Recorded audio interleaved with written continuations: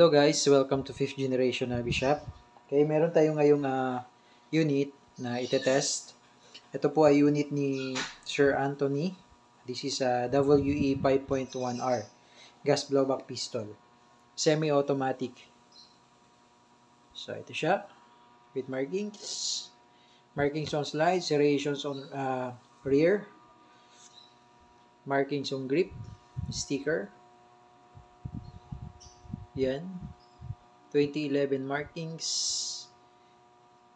with markings on barrel, accessory reel, threaded barrel, outer barrel.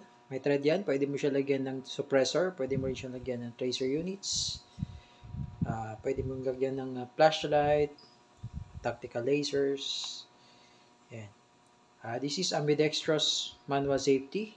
Ambidextrous manual safety.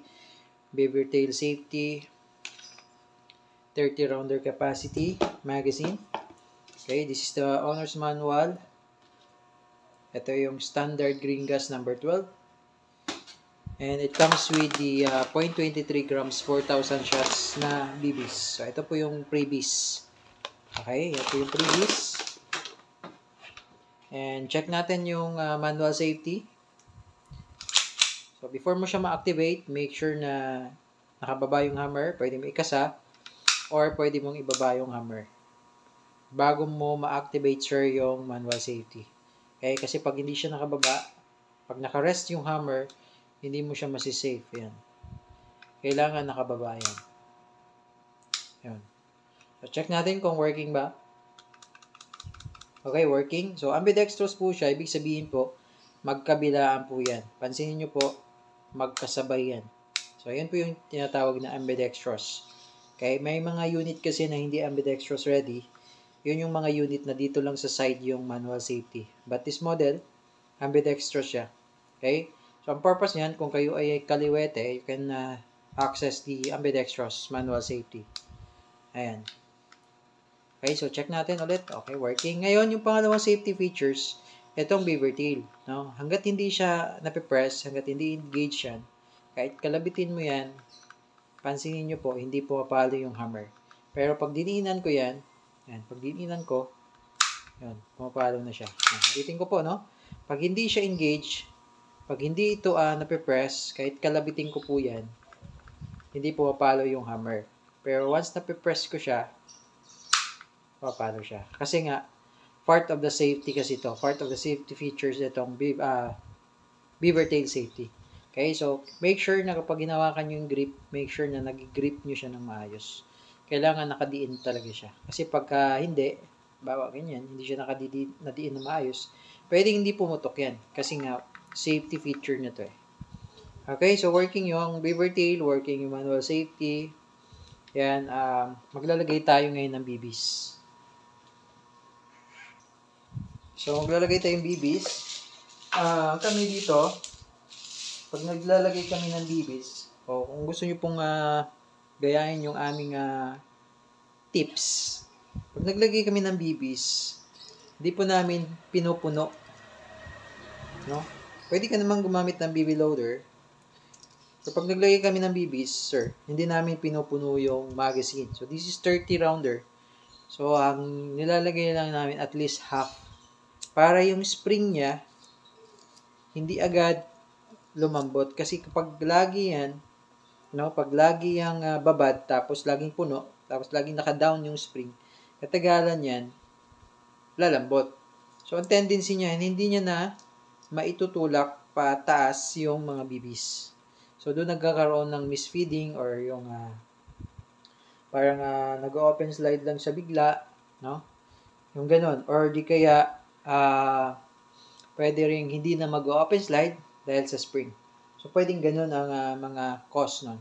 Okay, so yun, pwede mo siyang kalatiin lang. Now, maglalagay tayo ng gas. Sa gas naman, ang WE matipid sa gas. So, ito, kailangan na inverted position. Yan. Yan. Then, press mo lang. 1, 2, 3. 3 segundo lang. Yung 3 segundo na yon, kaya niyang ubusin yung 15 to 20 rounds BBs. Okay, so matipid, maganda CWE kasi matipid sa gas. Okay? So ngayon, Sir Anthony, ayan, pakita ko lang bago tayo mag-test fire yung unit mo. High Kappa 5.1 Type R. Lagyan natin yung magazine para pogi. Ayan. Ayan yung unit mo, sir. 5.1 Type R. So, ngayon, tetest fire natin. By the way, ang kasama naman niya is manual lang. Tingnan po natin. So, manual lang ang kasama niya.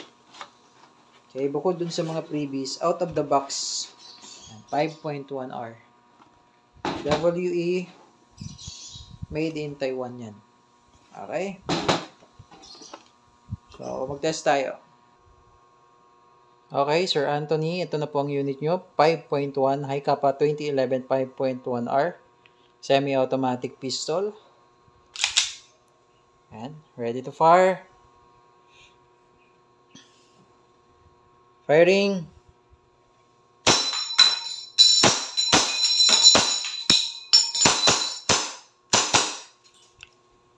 Okay, open slide. Kapag ganyan po, wala na siyang bala. Release the magazine. And then, ang gawin nyo po, eto kapain nyo po. No, huwag nyo press ng tudo. Kapakapain nyo lang, pag matigas, may gas pa siya. Ayan, may gas pa siya. Yung nilagay kong BBs, mga 12 ata yun, mga 10, mga ganun. So, may laman pa siyang gas. So, pwede pa kayo mag-reload. Tipid talaga si WE. Okay? So, ngayon, gawin nyo, ito, pigilan nyo muna yung slide, then press down nyo itong slide stop, slide release, tsaka mo siya i-release. Ayan, yung slide. Then, hammer down. Okay. So, okay na pong unit nyo, Sir Anthony. If you have more question regarding your unit, please message us sa aming Facebook page, 5th Generation Hobby Shop. Thank you po and have a nice day.